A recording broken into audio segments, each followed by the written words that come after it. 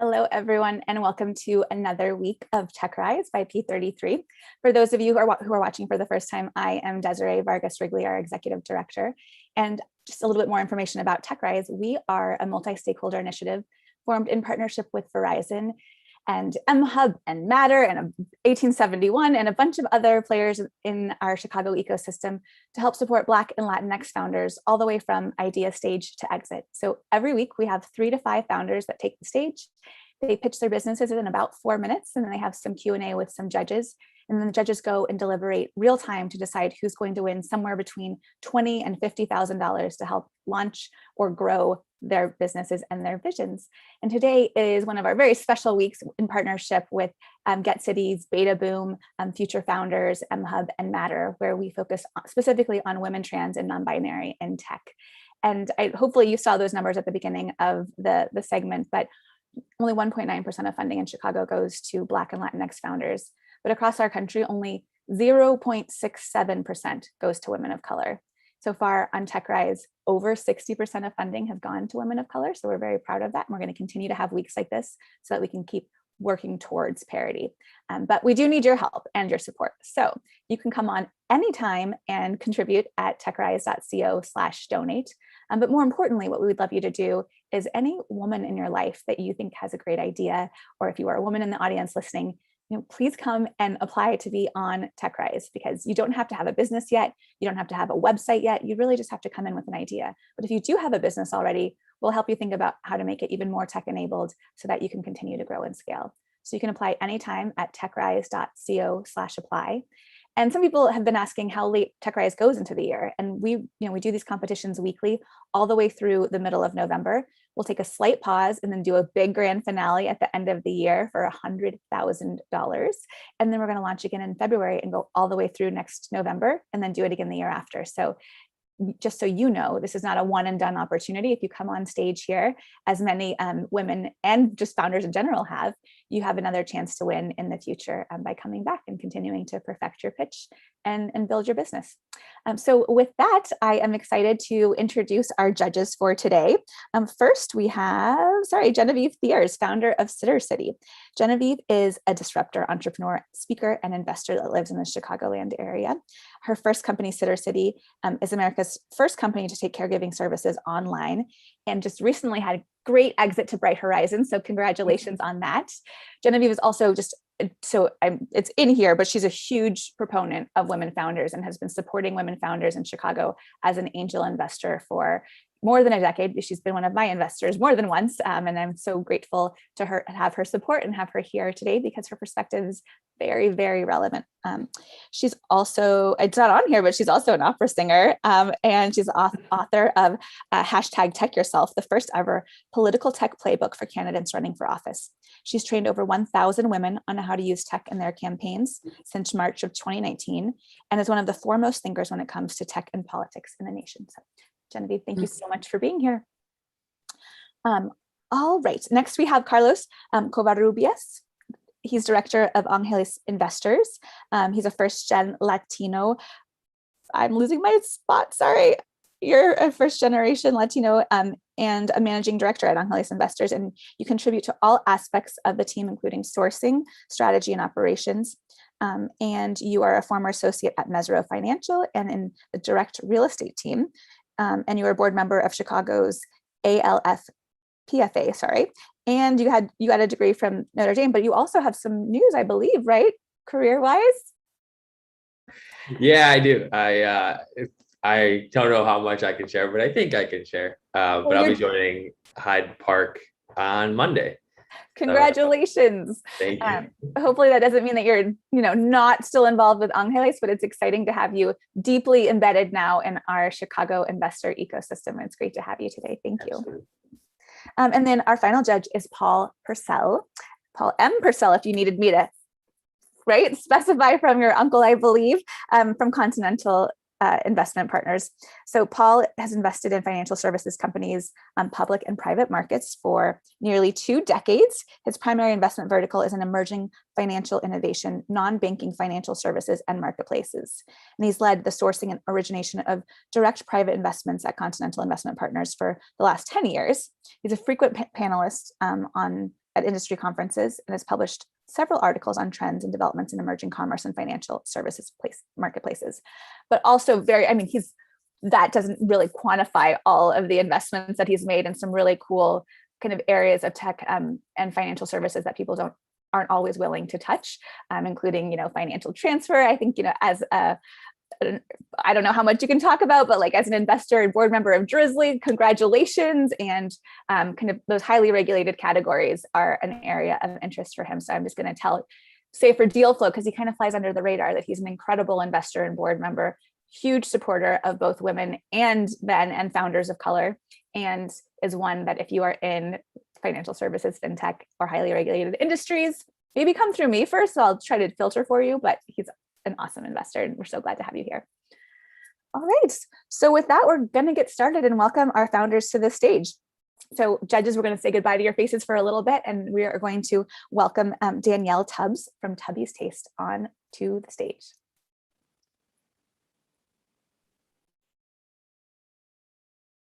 Can everybody see me? We can. Okay, share my screen.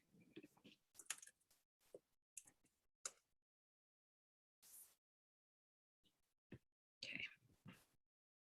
Can everyone see the screen? Yep, you're good to go. I come from a long line of Jamaican cake ladies, so it's safe to say that baking is in my blood.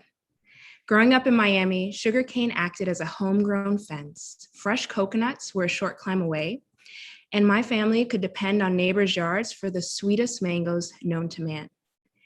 These unique experiences and traditions my family held inform the bold and refreshing flavors we celebrate in our cookies today. I'm Danielle Tubbs, founder of Tubby's Taste. Let's face it, although we're seeing more innovative ethnic flavors and ingredients as a top trend in food and beverage, the cookie category is outdated. How many more variations of chocolate chip, boring oatmeal, or syrupy sweet sprinkles are we going to see?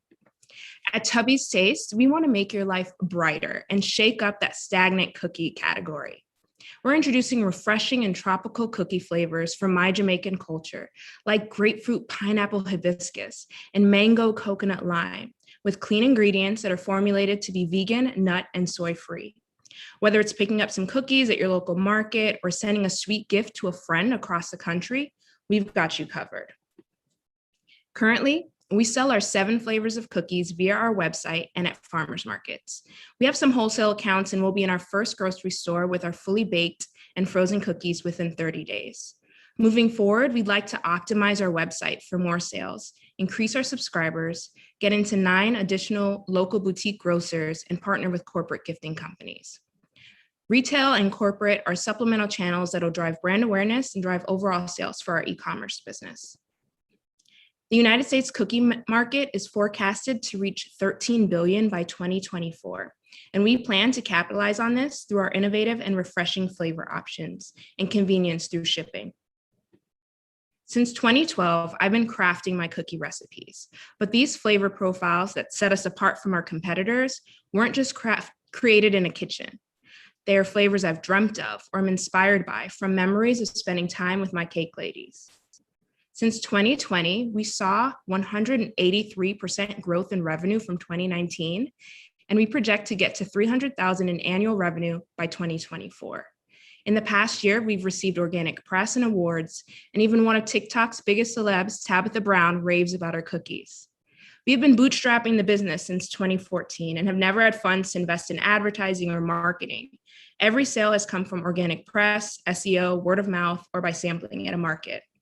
This year, we've been able to hire our first team member, been awarded a private kitchen, and have navigated the process of packaging design for retail, just in time for our debut in urban market. Now we're at a pivotal point in the business, and we're looking to increase our online sales. By using these funds from TechRise to Tech Up, we'll be able to work smarter, not harder, creating efficiencies in production, marketing, and logistics in order to bring us to the next phase of our business. I don't do this alone. I'm supported by an incredible team and advisors from organizations like Future Founders, iPhone Women, and The Hatchery. When we succeed, the world gets a little bit brighter. Being a Black woman-owned business, I know how much representation and giving back matters. Since I chose Chicago as my home a decade ago, I've been able to serve the city and my chosen community in a variety of ways, and we plan to do more as the business grows. Tubby's Taste was created for everyone to enjoy. Now, who's ready for a mango coconut lime cookie? Thank you.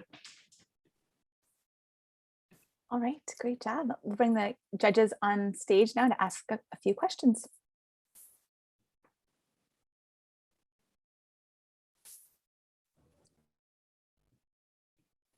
Genevieve, do you want to start? Yeah, my question is this possible to sell on Goldbelly? Because it sounds like the kind of exotic thing they'd have there. Yeah, we've been in contact with Goldbelly in the past. This was when we were still working out of a shared kitchen. So that's something we definitely want to revisit as part of like that sales channel with wholesale and gifting and all of those things. We've just been trying to, ramp up production and streamline all of those things. But it's definitely on our radar. Hey, Danielle, thank you for the presentation. Now I'm hungry and I want a cookie, but can you tell me about when you're creating this, your target customer, and then if you've learned anything from inception about your target customer and their behavior? Yeah, that's been like a great journey. We've found that our customers are like majority women. 90%, I would say, of people that purchase from us online or at farmers markets are women, and they're in a variety of roles. So whether they're handling corporate gifts for their company, or they're the mom that has, the kids with allergies and they want a special treat, so they do a subscription once a month. It's been women ages, I think we have 28 to 45 mostly, and that's online. At markets, it can skew a little bit older, and we definitely see more Black customers that come towards us at markets, usually wanting to support a Black-owned business, and they try the cookies and they're like, oh, okay, you didn't come here to play. Danielle, this is Paul. Very nice presentation. Congrats on the progress you've made. My question is around, you alluded to production, shared kitchen. How will you scale kind of ingredients and production at the speed you're going? Mm-hmm. So in the past year and a half, we have gone from being at like a sweaty hot, per hour shared kitchen to winning about 6 months of free rent in a private kitchen at the hatchery. And so through that, we've been able to now have a place that we call home. So we have a regular production schedule instead of one-off, like times that we would book. And so from that, we've been able to now have all of our flavors in production at the same time. Prior to that, we had to do a subscription model where we were making pretty much a massive amount of 1 or 2 flavors at a time. So we've been able to scale just from that little bit. And I think in the next phase of the business, we'll be looking into purchasing a cookie depositor, which will allow us to, instead of scooping 200 cookies in 30 minutes, to get that amount out in a matter of a few minutes. So we'll be able to meet the demand of getting into stores, of more e-commerce business through automation. And of course, we're ready to get more sales through using tech. So working on our e-commerce store and just being able to afford to implement all of the shortcuts that we can't right now. So everything right now is very manual for us.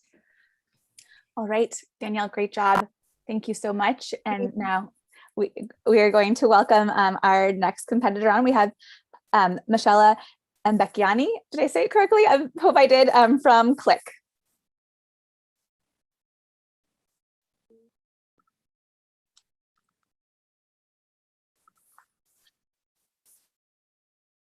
Good to go, everyone? You're good. Perfect. So CLIQ, the dating app.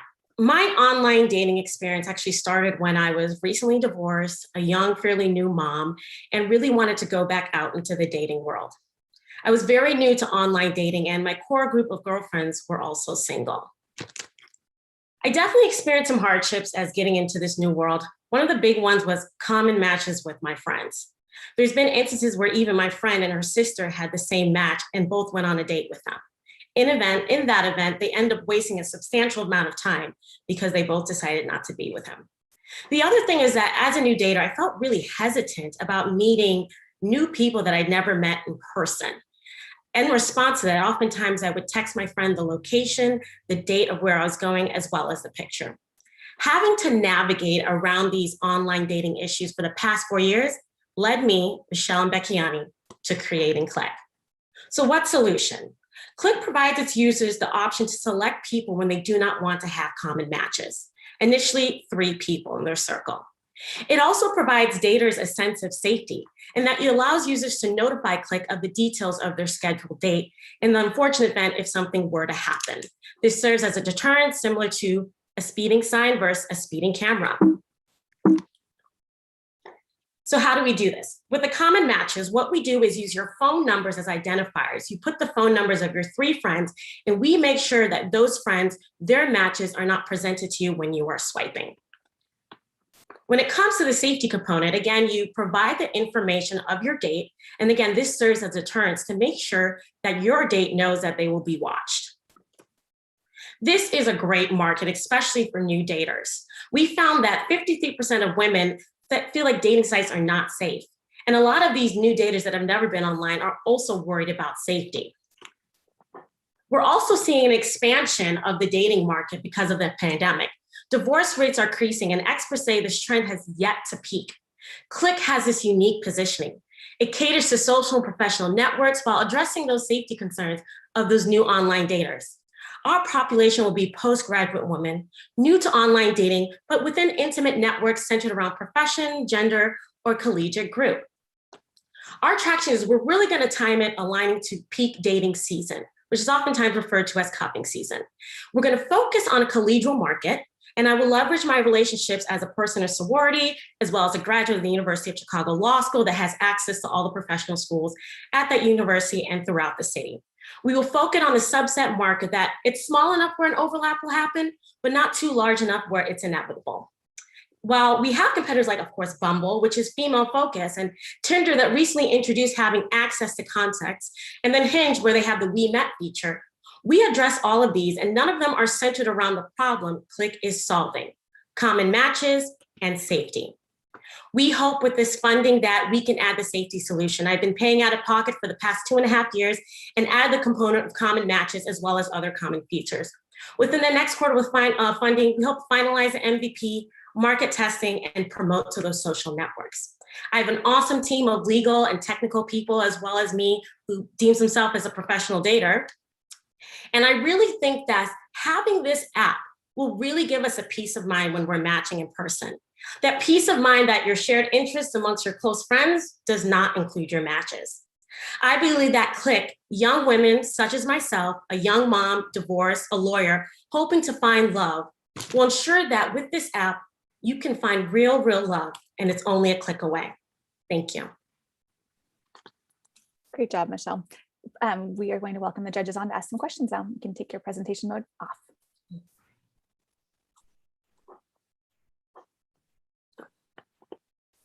Paul, you want to start us off?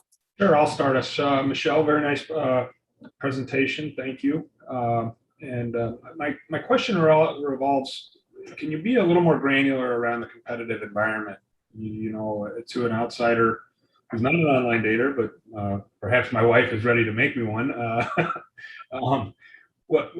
Educate me as your differentiation in how you're going to compete in what to me seems like a pretty developed market.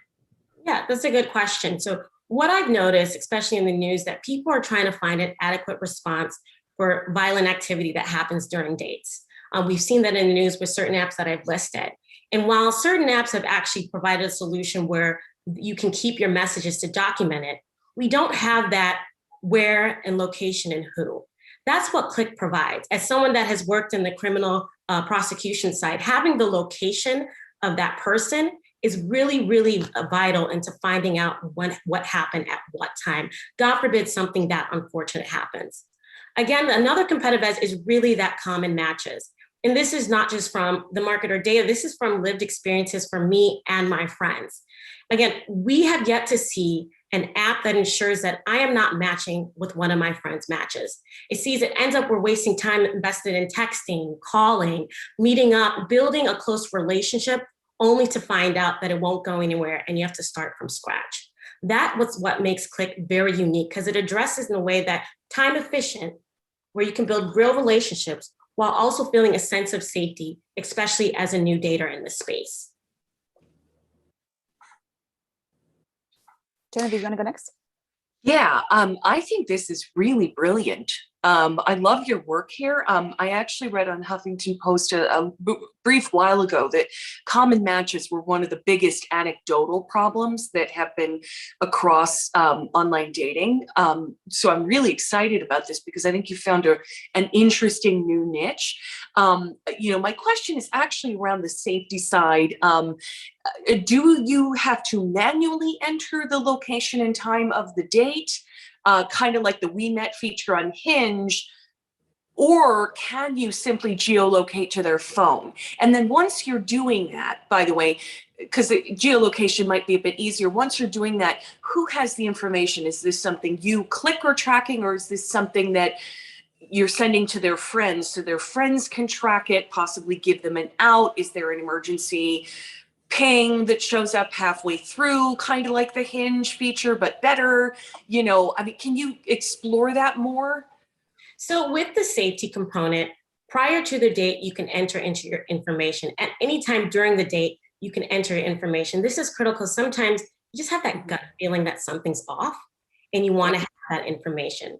I did think about geolocation, but the reason why I wanted it to go to CLIQ is because when something were to happen, the authorities can go to CLIQ, as opposed to trying to find out which friend has what information, knowing that that's what we have for investigative purposes. And I believe that we'll have a model that doesn't even require a subpoena from law enforcement, but they inform that this person was on this date, and we can provide that information to them readily and expedites the investigative process. I want to get Could Carlos's you question. possibly do both? Sorry, Jen, I got to get yeah. Carlos's question in. Go Okay, for it, Carlos. cool. Okay. Hey, Michelle, just a quick question on the marketing side of things. I know you talked about like sororities and group affiliations, but is there any other like social media strategy or on the marketing side of things? So I really want to have that kind of personal connection with that network. One network that I've actually find a lot of resources in is the Forbes 30 Under 30 network. As an honoree, I've actually been able to reach out to different people. And one of the things that they actually did suggest is this is a way that you can connect with people in different markets that have that similar experience or want to have that network. It's kind of like an exchange. The great thing about the universities. I'm so sorry. I'm sorry. We're at the 8-minute mark, and I want to be fair, so I got to cut us off. But you did a great job, and judges, thanks for really good questions too. So next, we are going to invite Blaise VonBruchhaeuser on with minorities and logistics. So Blaise, you want to join us? Absolutely.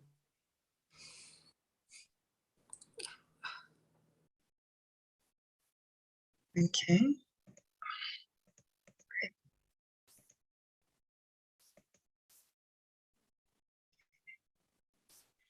Okay, so my business is minorities and logistics.com. It's actually the first classified ad posting website for everything that's comprised in logistics. This website was actually founded from my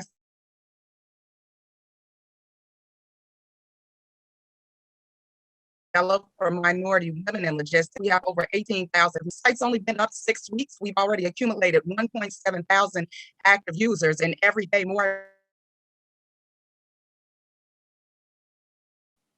I think we're having a little bit of graphics. Let me just go back here. So sorry. Hey, Blaise, Okay. we're having a little bit of What? we're having a little bit of Wi-Fi difficulty, I think. So you might just want to slow down since we're having a pause, or you might want to stop presenting. But Hello. yeah, I think your Wi-Fi might be a little slow. Do you want to start towards the beginning and maybe just speak more slowly in case the Wi-Fi cuts out?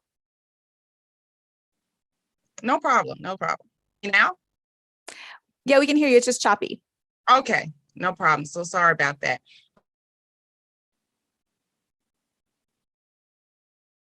Business is minorities and logisticlist.com is the first classified thing in logistics. We have over 42 categories where you can buy and sell, advertise your business, product, or service.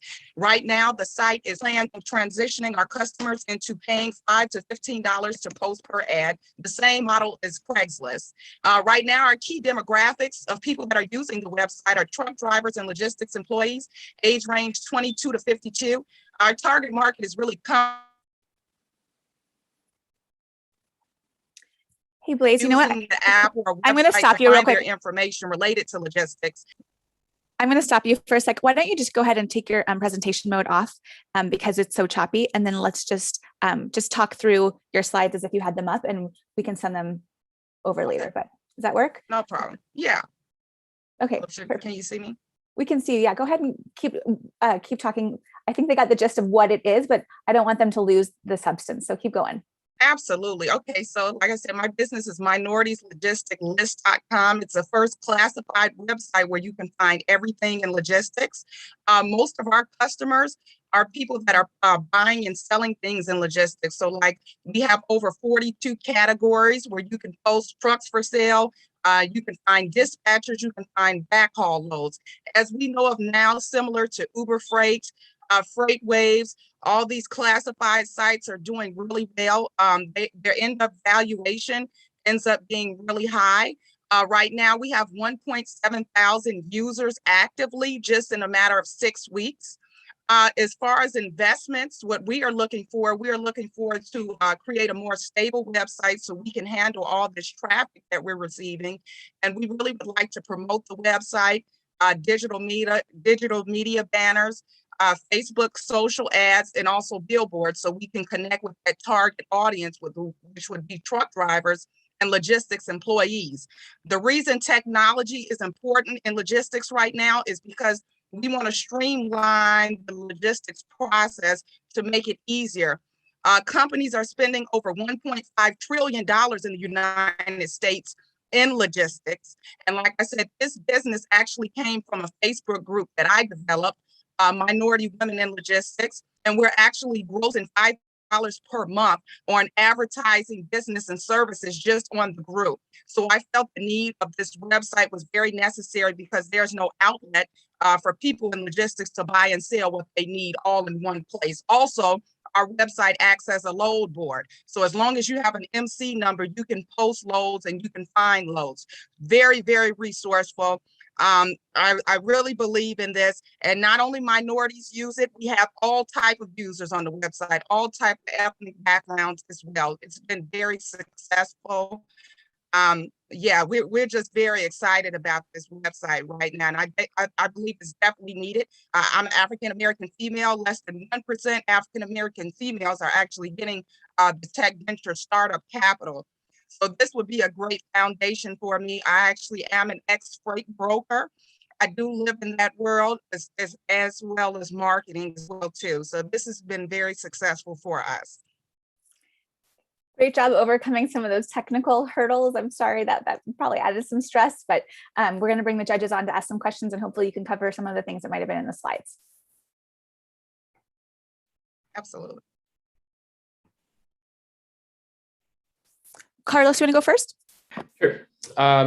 Thank you for the presentation. Real quickly, I need a little bit better understanding because it kind of sounds like it's a marketplace, but with several different. So it's a classifieds website where you can post. Blaise, maybe turn off your video and we'll just listen to your audio. Yeah. To do with logistics, whether you're buying or selling or advertising your business. I'm going to have Sean take off the video.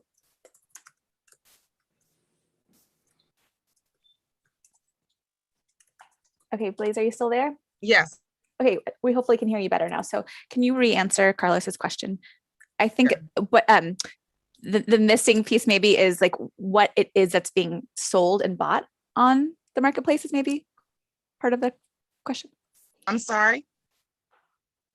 Like what is being bought and sold on the marketplace? Absolutely. So what's being bought? Oh no. Our customers are posting ads for if they have trucks for sale, if with insurance, with trucking insurance as jobs. So it's like an Indeed for the logistics industry. You can post your job advertisements as well. And most of our posts are coming from logistics recruiters, which is doing really well. Great, thanks. And Genevieve, you want to go next?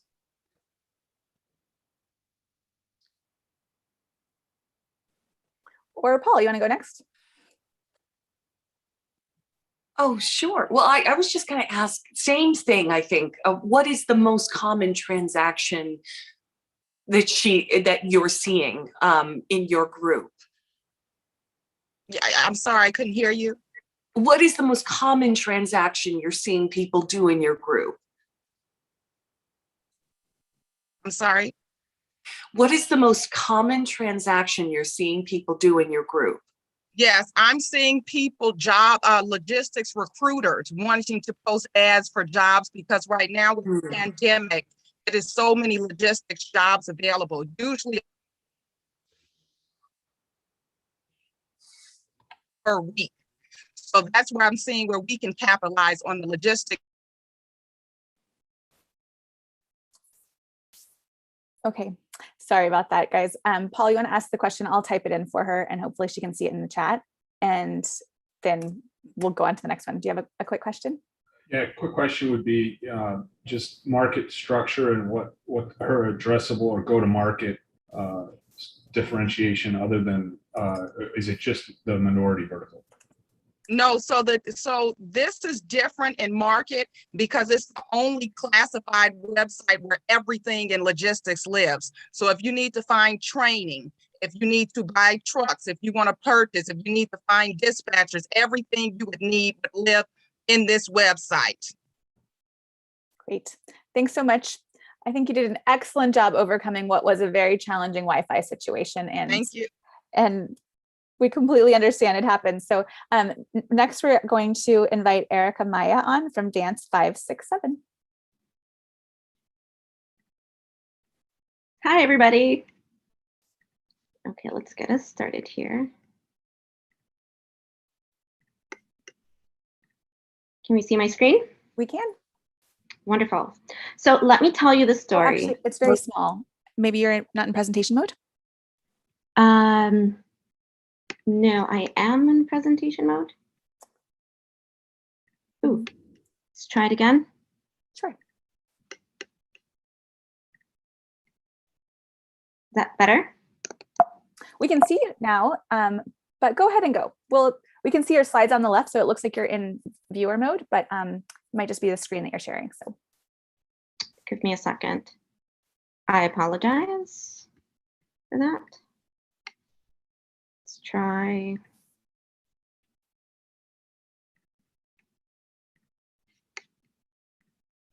Is it better? I'm not seeing you or your screen, but can you go back to where you were? Yes.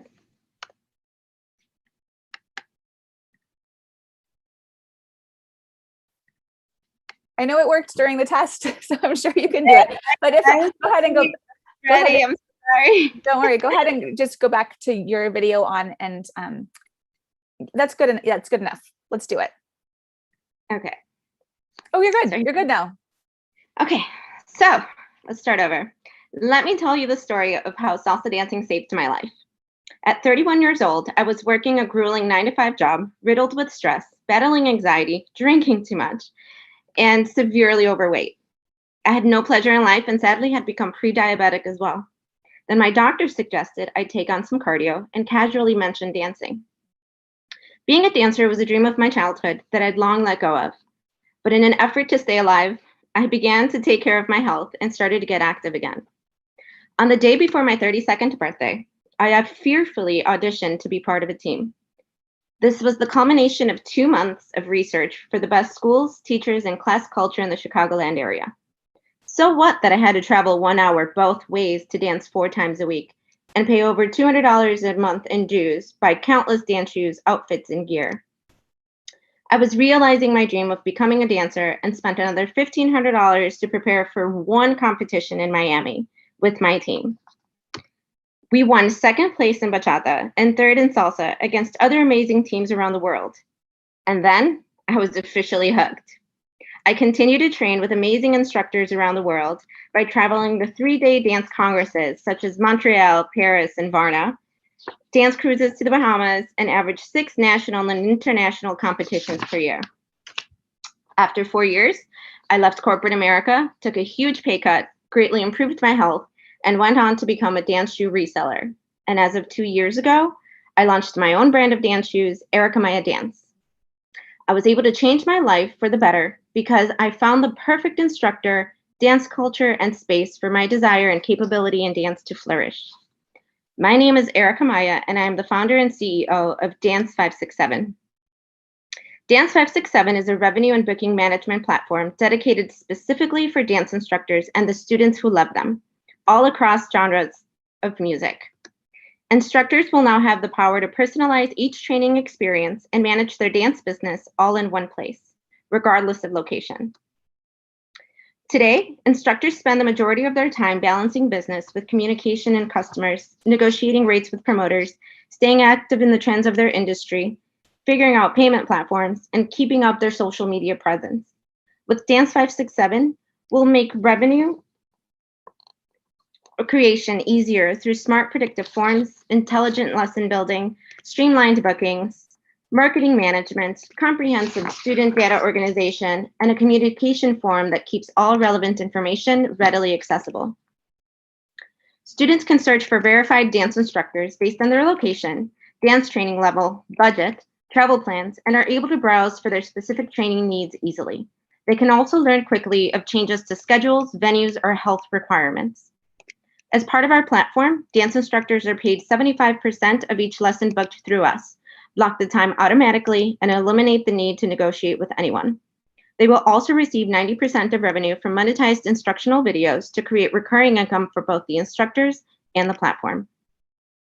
As of today, there is no barrier to entry in the dance world. Dance 567 will be launching in Chicago and expanding to major metropolitan areas with existing and growing dance scenes facing the same struggle, keeping good instructors paid, organized, so they can teach more. Traction and customer acquisition will come through vending opportunities at dance congresses that give us direct access to the users who will utilize the platform the most.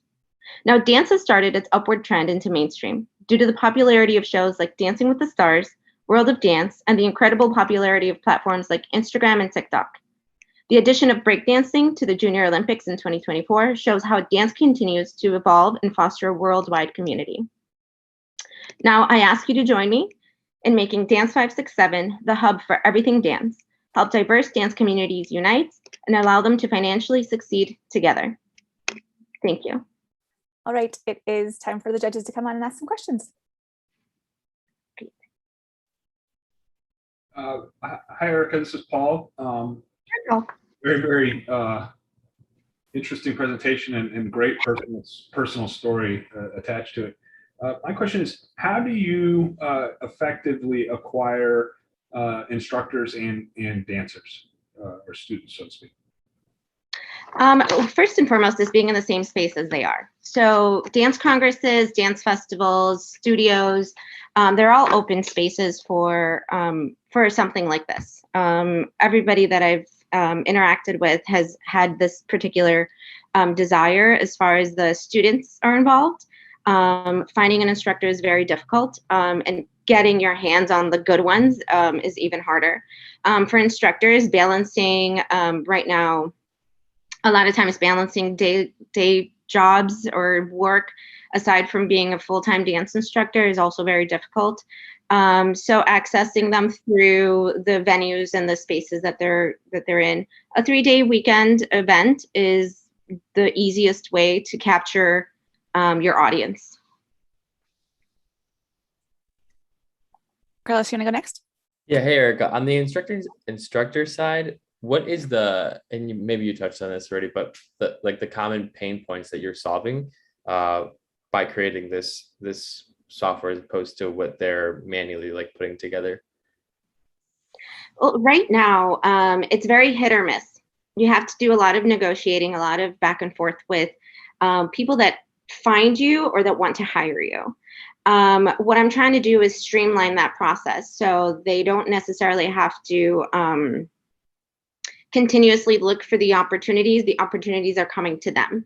So being one space, one dance space for everything dance will allow dancers and students that are already interested and have a desire to learn more to find the instructors in whatever area of dance. So for example, I, being a salsa dancer, have gotten into bachata, have gotten into zouk, have gotten into tango. If I have a space where I can transition laterally versus vertically as a dancer, then I'm more readily available to hire those instructors. And that's where I guess the highlight of my platform is that some instructors are not being found. All right, Genevieve. Yeah, I wondered, do you have any competition right now? Who would you say is your competitor? I would say somebody like ClassPass or Lessons.com. They're doing a lot of the video items for Lessons.com, and their ClassPass is getting people into the spaces. The problem with ClassPass is that they're wedging dance between violin lessons and cooking lessons. But there's so much in the dance community, in the dance world, that it just gets convoluted. So having one space that's dedicated specifically for this art form would highlight and allow all of the different instructors to grow. I find, and a lot of instructors say, it's hard to be a full-time dancer. And the majority of them just want to dance. They want to teach dance because they love it. So I'm trying to make the business side of things easier. Well, as a fake dancer myself, I love Zumba. It is very hard to find what you're looking for. So, all right. Thanks so much, Erica and judges. It's time for you to go deliberate. I don't envy you. This is always a hard job, but we'll see you back in about 10, 15 minutes, 12 minutes. So hopefully you can pick a winner for today. And next, I'm so excited to bring on James Valadez from Beta Boom, who's been our long-term partner in helping TechRise get going, especially with our weeks supporting women, trans, and non-binary in tech. And he is welcoming some of our former winners onto the stage. So I'm going to let you take it over from here and invite Carla and Shelley onto the stage. Awesome. Thanks so much, Desiree. There she is, Carla. Hi. Hey, good to see you. And there's Shelley. Hey. Nice to see you, James. Good to see you both. Thanks for coming back to visit us on TechRise. It seems like you were just here, but it's been almost about 2 months since your win. So for those that missed the July competition, could you please just remind us who you are, a little bit about your background, and tell us briefly about your business? Yeah, so I'm Carla Jacobson, and joining me is Shelley Gupta. We are the co-founders of Bake It Box. Bake It Box offers our customers an all-inclusive baking kit that makes baking easy and accessible for all levels of bakers. So you could be a beginner or you could be a well-seasoned baker, and there's something hopefully for you. Our goal is to make Bake It Box the go-to source for trendy, fun, and accessible baking projects. Awesome. Thank you so much. And you both came to, Carla, you're from Chicago, right? Yep. Right. And Shelley, you came to Chicago specifically to go to school here. Is that right? Yep. I moved here to go to Chicago Booth, and that's where I met Carla. Awesome. Great. So for many aspiring entrepreneurs, first-time founders, and especially some female founders as well, the idea of pitching an earlier idea stage business is anxiety provoking and could be a little bit scary, especially with any kind of challenge that could arise like we saw today. I'm just kind of curious, what would you tell founders who are considering submitting their application to TechRise? What would your initial response be as you've gone through the process and as you won? Yeah, we would absolutely encourage founders to submit the application. We completely understand that pitching can definitely be anxiety provoking, but the best way to conquer that is, conquer that fear is to dive right in. And we feel like TechRise was such a fantastic way to do that, especially given that each session is live streamed, and it really gives founders the opportunity to hear previous pitches and know exactly what to expect. The application process was also very straightforward, in my opinion. I really encourage founders to be thoughtful in their answers and, take the time to tell your story and allow the reader and you all at TechRise to feel that passion that you feel for the business. I think that's really important. An authentic story is always going to come across positively. And I definitely encourage female founders to apply and practice with your colleagues, your family, your friends, your co-founders, and take your shot. At the end of the day, there's no downside. It's a great opportunity. Definitely, I agree. Practice is so important. Pitch practice, talking to your co-founder, your friends, but also talking to folks that don't know anything about your business. It's super important. And that's something we do as well with our partners at Get Cities, future founders, MHub. We definitely want to practice with folks that end up making it to the stage. So I'm kind of curious, besides the funding that you received, can you share any kinds of connections or resources or partnerships that were spurred because of your participation on TechRise and your win?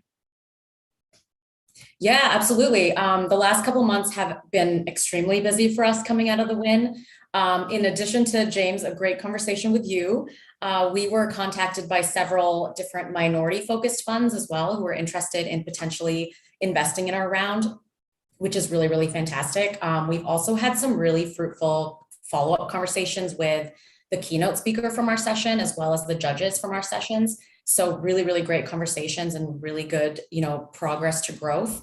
In addition, we are pitching on Monday through Rebel One Ventures. Very cool. It's it's really cool. It's another opportunity for us to get in front of kind of a different level of stakeholders. It'll be people from all industries. So truly the TechRise wins has really opened doors for us at this point and really in a short amount of time. Great. Yeah, I think one of the great things you did as well was you incorporated your monthly updates. And so I got to see kind of what you were working on, and we had a little conversation about some of your products and some of the actual things that I give you a little bit of a recommendation or suggestion for a great product that I think would be fun. But I'm kind of curious, Carla, Shelley, what other kinds of things you have on tap? You've been working a lot the last month or so. What product news, what business news do you have going on for through the third quarter and beyond? Yeah, so many things. First and foremost, we've been using the TechRise grant fund specifically to revamp our website. So we'll be launching that soon, along with the subscription function for our kits, which we're really excited about. We've worked with our PR team to get the word out on BakeItBox. So some of you might have heard about us a little bit, whether that's from Chicago Inno or the Tribune, which has been really exciting for us. We also continue to seek out partnership opportunities and new recipes. We have a gluten-free kit that we're going to be launching in partnership with 9 Times Bakery. And we're going to be attending the Eris Oktoberfest event where we'll be selling our pretzel kits. So an October, pretzel type of event. And, what's really cool about these two events is they're both female founded as well. They're both female founded companies. So it kind of fits within our whole cultural mantra. Awesome. That's great that you've been able to really, maybe they can partner with Tubby is what Desiree is suggesting, that you've been able to forge these kinds of relationships and connections. I know in large part because of the work you've done, but also, maybe some of the connections you received here on TechRise. Yeah, I've actually talked to Danielle before and I love Tubby. So. Oh, cool. See, great. So the synergies are already in play. That's awesome. I kind of want to shift a bit. So, we have some data from TechRise from our participants that have gone through, just only after one quarter, we found that they've received additional funding, added headcount to their businesses. Are you able to, I know aside from your pitch on Monday, are you able to share any news, any new hires, any jobs that you've been at that you plan on adding to your company as well? Yeah, absolutely. We're really excited about some of the progress since our win. We are now about halfway through our pre-seed raise. Wow, which is super fantastic. And we're aiming to close the full 500,000 by the end of September. So we're just around the corner. In terms of expansion, we were accepted into a program where we'll be working with visual art students from Columbia College on creative strategy and digital marketing solutions. So we're gonna have 4 to 5 students joining our team in the fall, which is really great, a great resource. And we are hiring a few of our key roles as well. We're in the process of confirming a recipe developer, which is really exciting. We're also hiring operations and production manager, as well as co-packing staff for kitchen production. And then we are also bringing on a retail sales and partnership lead. So definitely a lot of moving parts, and we're really, really excited. That's fantastic. That's great. I'm kind of curious. You both went to Booth. You've great backgrounds and great experiences. How has Chicago been as a city to you as entrepreneurs, not just as just Booth grads and professionals in your various industries? How have you kind of experienced the city as an entrepreneur, as a founder, as a female founder? Yeah, I'll jump in, and then Shell, definitely love to hear your perspective too, especially as coming from Toronto. Being a Chicagoan, it's been so interesting to like become part of this specific part of the world in Chicago. A lot of connections that we were, fortunate enough to make just through whether that's being from Chicago Booth or being connected to the hatchery. That has been really, really helpful. And it's been really interesting to see the level of just engagement within city. Like we haven't even done much outreach outside of the city because there's such a good community here, even within Chicago, especially with the female founder focus right now. It's been pretty exciting. Shell, do you want to add anything? Yeah, I mean, it's been fantastic. It's such a supportive community as well through not only the female founder community, minority founder community, but even within CPG and startups generally. We've had so much support through the hatchery, 1871, startup CPG, just to name a few. And it's really, really been fantastic. Everyone's always so willing to lend a hand and help out. And it's been a great experience so far. That's great. It's every time I open LinkedIn, I see some kind of news about you or your business. And so it's really cool because I get to say, I knew them when they were starting out, when they came on TechRise. So it's been really exciting to see. I know the judges are still deliberating, but I'm kind of curious. Can you give us any peek behind the curtain as to what you have planned in store for maybe holiday season or 2022? Anything you can share just yet? Or give us? I mean, in terms of recipes, just to kind of get people excited for the fall, we're really excited to be jumping on, the PSL train. We're going to have a pumpkin spice cupcake that we're releasing pretty soon, as well as apple turnover. So one of the things that were really popular was our empanada recipe, which I personally just love because that's what I grew up eating. But we took a variation on it as like an apple ham pie. So that will also be released. And so, that's an example of kind of seasonal recipes that we're going to be focused on. We'll have the same kind of things for October, November, December. So think okay, what are some traditional bakes that people can bring to family gatherings in the holiday season? Awesome. Very cool. I want to give you the opportunity to make any mentions for any asks or some information about where investors, potential job candidates, where they can find you.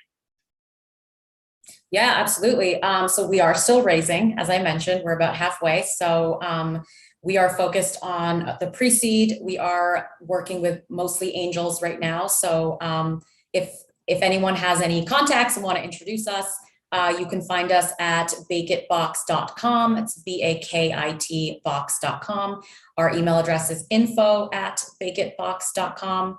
Again, it's Bakit, drop the E. Would love to chat with anyone who's interested, either from a fundraising perspective or even just generally within the food space CPG. We're willing to chat with, any and all resources at this point. So would appreciate any intros.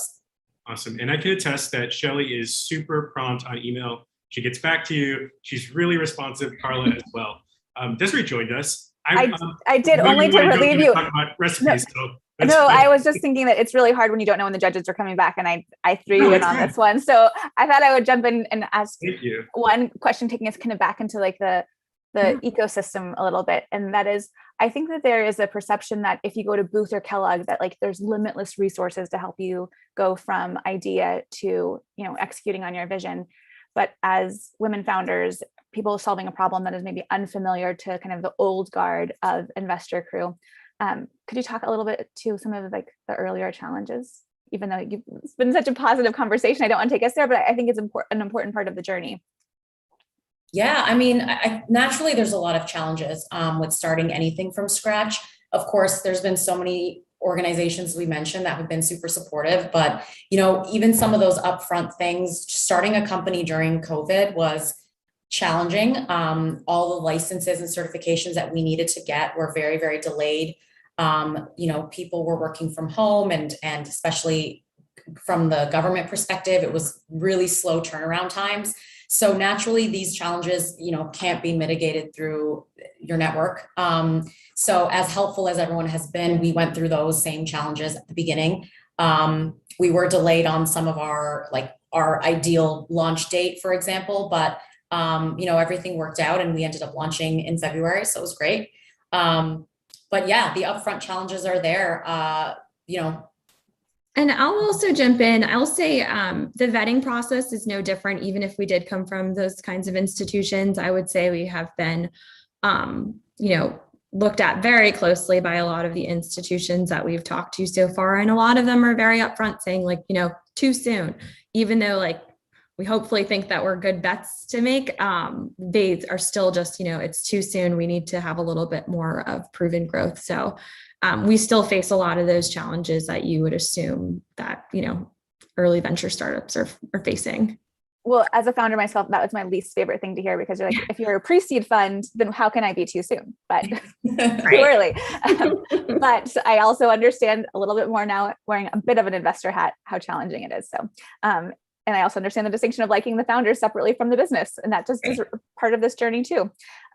So the judges are back, which is a sign that they have chosen a winner. So all the founders, if you could come back to do camera on, and we'll get everyone's faces on here, hopefully. And then who is going to announce our winner today? Genevieve. All right. So, well, once we get everyone's face back on, it looks like we're missing Blaise. And what else are we missing? I'm trying, but it says the host needs to do it or something. Oh, so Erica's almost back on. Okay. Yeah. Well, can you get on, or Sean, can you help her get back on? Somebody help, please. I think he's trying to figure it out. Or then. Yeah, you should have the ability. I've been asking you to start video on my end, on the Zoom. Yeah, left hand corner. Okay, sorry. Well, we might just have to do it just audio only. Okay, so drum roll. Genevieve, who is our winner today of $20,000? Well, this was not easy. We thought all four of the companies were amazing. We really went back and forth. We had a hard time because we know that, based on the different companies, that some could use it more now, some could use it more later. But in the end, we really circled around the idea of Chicago, big thinking, creating more unicorns, and combining that with traction. So I'm really, really excited to say that we have chosen Mbekeani with CLIQ. Congratulations, Michelle. Do you want to say anything? Congratulations. Wow. This is my first time entering into this space. So I just really want to thank my network of friends that really guided me through this process, people that are founders. And I didn't even know what a wireframe was when I first started. So having to sketch that out on a piece of paper. And I just want to also thank TechRise for kind of giving this opportunity for minorities and framing it in a way of just not giving us an opportunity to have this space, but really an opportunity for the tech industry to really kind of benefit from our innovation. So keep it up. And I am, that's crazy. So thank you. Well, congratulations, Michelle. And then for everyone else, this is not a one and done opportunity. We will welcome you back on the stage, again and again. And to our judges, thank you so much for spending time today with these founders and giving your thoughtful questions. This is always so hard, but hopefully you're going into the weekend feeling proud of yourself, founders, for having the bravery to come and the courage to come onto this format, because it really does take practice and courage to do this. And then also, of course, thank you to all of our sponsors, including Verizon and Get Cities, and then everyone who made this possible, like Beta Boom and Future Founders and Mohammed Matter. So we are going to have another series for Women in Tech back in October, because September we have 3 very specific industry themes around fintech, sports tech, and then supporting our North Lawndale community. So we will see you all after the holiday break. Have a wonderful 3-day weekend next week, and we'll see you, I guess, almost in the fall. Thanks again. Take care.